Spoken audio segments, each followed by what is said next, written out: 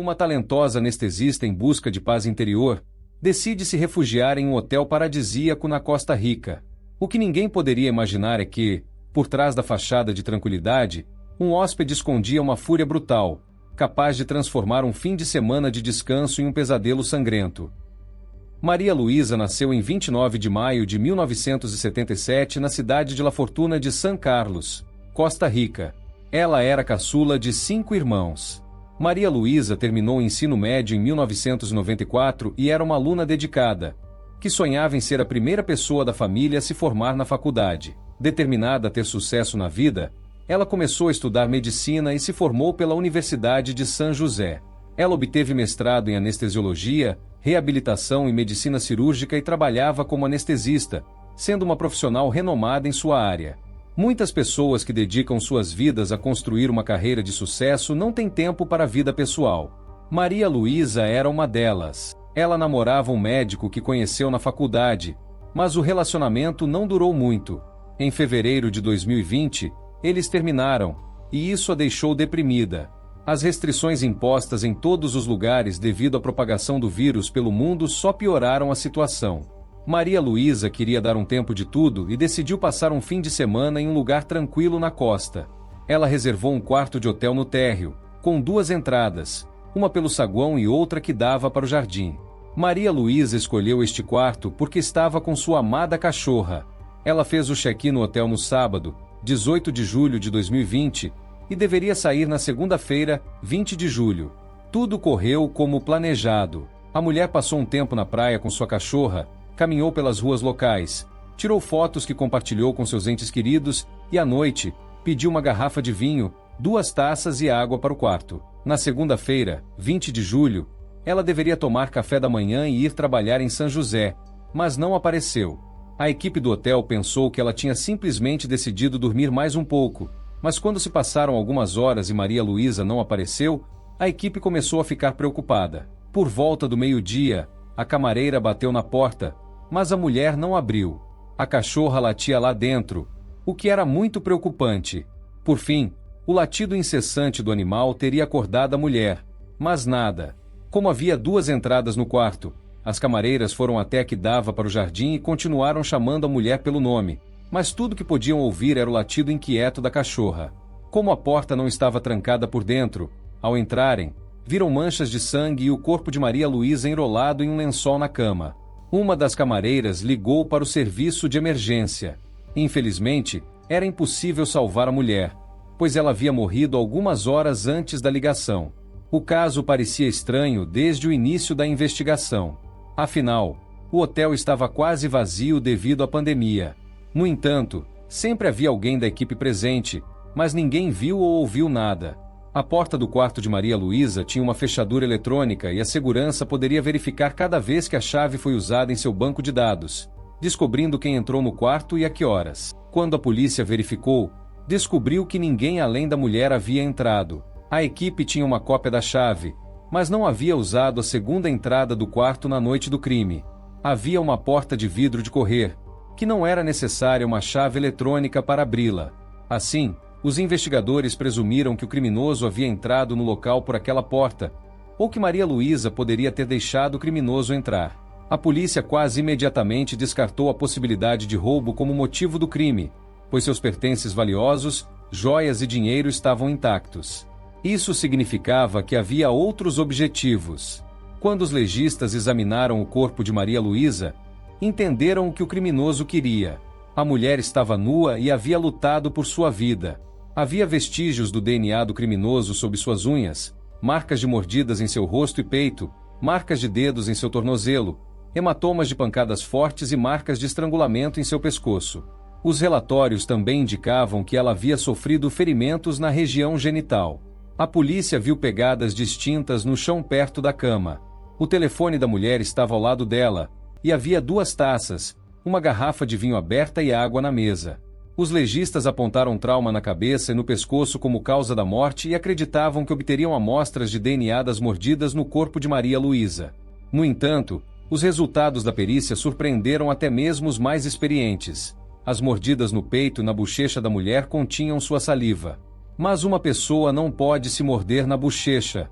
Isso significava que o criminoso a havia contaminado com sua saliva para encobrir seu DNA. Outra coisa estranha foi que o criminoso lavou o corpo de Maria Luísa antes de enrolá-lo em um lençol e colocá-lo na cama. Talvez tenha sido assim que a pessoa que tirou a vida da mulher quis encobrir as evidências deixadas no corpo. Até certo ponto, ele conseguiu. A morte de Maria Luísa foi uma provação inimaginável para sua família, especialmente para seus pais, que estavam na casa dos 80 anos. A tortura que Maria Luísa sofreu antes de sua morte tornou a dor de sua família ainda mais insuportável. Nenhum de seus amigos, colegas ou parentes podia acreditar que aquela mulher gentil, alegre e prestativa não estava mais com eles. A notícia do crime hediondo que resultou na morte da renomada anestesista se espalhou por toda a Costa Rica. A polícia queria encontrar o responsável o mais rápido possível. A polícia iniciou a investigação verificando todos que trabalhavam e moravam no hotel na mesma época que Maria Luísa. Embora houvesse câmeras de segurança instaladas, a polícia não conseguiu obter as gravações porque as câmeras não estavam funcionando. O hotel estava praticamente vazio devido à situação global, e a falta de clientes também afetou o número de funcionários. Maria Luísa escreveu a uma de suas amigas que a mesma pessoa que servia café também desempenhava outras funções no hotel, mas que ela estava se divertindo muito lá. O dono do hotel era um empresário holandês, Harry Bodaan. O homem nasceu em Haia em 1951. Na década de 1970, ele se mudou para os Estados Unidos e começou a trabalhar no Hilton. Em algum momento, ele se tornou gerente de hotel. No início dos anos 1980, Bodaan tornou-se diretor do National Press Club em Washington. Oficialmente, é um clube de jornalismo, mas também é um lugar onde políticos e presidentes de todo o mundo se encontram e interagem com jornalistas. Com o tempo, Bodaan fez contatos e adquiriu imóveis em vários países, incluindo o hotel na Costa Rica, onde ele morava com seu jovem marido. Outro hóspede do hotel era um certo Teodoro Herrera Martinez. Ele tinha um relacionamento próximo com o dono do hotel, Harry Bodaan, e, segundo este último, eles se conheceram em um dos bares onde Martinez trabalhava como stripper. Cerca de um ano depois, Bodaan o convidou para trabalhar em seu hotel, mas depois o demitiu devido à falta de clientes. Eles mantiveram um relacionamento amigável. Martinez ocasionalmente fazia favores pessoais para Bodaan e alguns trabalhos relacionados à manutenção do hotel. Teodoro Martinez se tornou o primeiro suspeito depois que um cão farejador da polícia levou os investigadores até a porta de seu quarto. Havia arranhões em suas costas e bochechas que Maria Luísa provavelmente havia feito enquanto lutava por sua vida. A polícia encontrou vestígios de sangue em seus sapatos que indicavam seu envolvimento no crime. Eles prenderam Martinez no dia seguinte ao crime e o enviaram para a prisão por 6 meses. Durante esse tempo, as autoridades deveriam concluir a investigação, estabelecer todos os detalhes do incidente e levar o caso a julgamento. 5 dias após a morte de Maria Luísa, a polícia prendeu um segundo suspeito, Luiz Carlos Miranda, de 30 anos. O homem, assim como Martinez, era um amigo próximo de Harry Bodaan. Quando os negócios deste último iam bem, Miranda trabalhava para ele como relações públicas. Ele também estava hospedado no hotel, mas estava com problemas no trabalho. A polícia não divulgou detalhes sobre quais evidências os levaram a prender Miranda. No entanto, logo se tornou conhecido que, de acordo com especialistas, Miranda havia deixado uma das marcas de mordida no corpo da vítima. Ele, assim como Martinez, foi preso por 6 meses. No início da investigação, a polícia presumiu que Maria Luísa poderia ter convidado alguém para seu quarto, pois a mulher havia pedido 2 taças. Mas depois de entrevistar sua família e amigos, os investigadores descobriram que Maria Luísa costumava levar 2 taças quando bebia vinho, usando a segunda taça para a água. 1 mês após a morte de Maria Luísa, a polícia prendeu o dono do hotel, Harry Bodaan. Uma das marcas de mordida no corpo da mulher correspondia ao molde de seus dentes. Os investigadores sugeriram que Bodaan era uma das 3 pessoas envolvidas no crime. Todos os 3 presos negaram qualquer envolvimento na morte da renomada anestesista. Enquanto Miranda e Martinez foram condenados a 6 meses de prisão, Harry Bodaan estava em prisão domiciliar devido a problemas de saúde. Os relatórios afirmam que ele tinha doença de Parkinson e estava lutando contra um câncer. A polícia interrogou o marido de Bodaan, Yader Obando, que negou que Harry pudesse estar envolvido na morte de Maria Luísa, descrevendo em detalhes o dia e a noite em que o crime ocorreu. Naquele dia, como de costume, Ele se levantou cedo para ajudar Bodin a tomar banho e se vestir. Então, Yader foi dormir ao meio-dia. Ele acordou, comeu alguma coisa e foi para seu escritório na propriedade do hotel. Naquele momento, ele estava configurando um site para aumentar as visitas ao hotel em condições de restrições governamentais. Ele passou o dia trabalhando e, à noite, bebeu rum com Martinez e Miranda à beira da piscina. De acordo com Yader, ele e Bodin estavam dormindo quando, por volta da 1h da manhã, o telefone de Bodin tocou. O segurança do hotel ligou para Bodin para informá-lo que Martinez havia roubado algumas cervejas do bar do hotel e estava vagando pelos corredores. Yader ajudou Bodin a se levantar, e eles foram procurar Martinez. Eles o encontraram de bermuda e sem camisa, com uma lata de cerveja na mão. Bodin arrancou a cerveja de suas mãos e a jogou no chão. Ele mandou Martinez ir dormir e pensar onde iria morar a partir dali, dizendo que não queria mais vê-lo em seu hotel. Depois disso, de acordo com Yader, eles voltaram para o quarto com Bodin. Era estranho que ninguém que morava ou trabalhava no hotel tivesse ouvido nada, considerando que Maria Luísa havia sido gravemente ferida e lutado por sua vida. As autoridades acreditavam que Yader também estava envolvido no crime, mas os policiais não encontraram nenhuma evidência. Como já mencionado, Harry Bodin estava em prisão domiciliar. Ele usava uma tornozeleira eletrônica e era proibido de deixar o hotel e entrar em contato com os outros suspeitos. Sua saúde estava se deteriorando e ele precisava pagar um advogado. Os novos proprietários do hotel não permitiram que ele ficasse lá, então ele teve que se mudar. Ele informou ao Ministério Público seu novo endereço, mas os detetives o marcaram como um suspeito que poderia deixar o país. Portanto, em março de 2022, ele foi liberado da prisão domiciliar e colocado em um hospital penitenciário. Ele não gostou dos cuidados médicos que recebeu lá, qualificando-os de inadequados e alegando violação de direitos humanos. O julgamento começou em setembro de 2022, e novos detalhes do caso surgiam após cada nova audiência. A promotoria acreditava que Teodoro Martinez era o principal culpado. Ele tinha arranhões em seu corpo, e seu DNA estava sob as unhas de Maria Luísa. Além disso, os vestígios de sêmen encontrados na cena do crime também pertenciam a Martinez. Devido ao grande número de pessoas que desejavam comparecer ao julgamento e à multidão de jornalistas que cobriam o caso, o processo foi adiado várias vezes. Harry Bodin compareceu ao tribunal em uma cadeira de rodas, acompanhado por seu advogado, que entrou com pedido para que seu cliente fosse transferido para a prisão domiciliar devido a problemas de saúde. No entanto, o tribunal negou o pedido. A promotoria apresentou sua versão dos acontecimentos. Eles acreditavam que na noite de 19 para 20 de julho de 2020, os suspeitos entraram no quarto de Maria Luísa e a atacaram.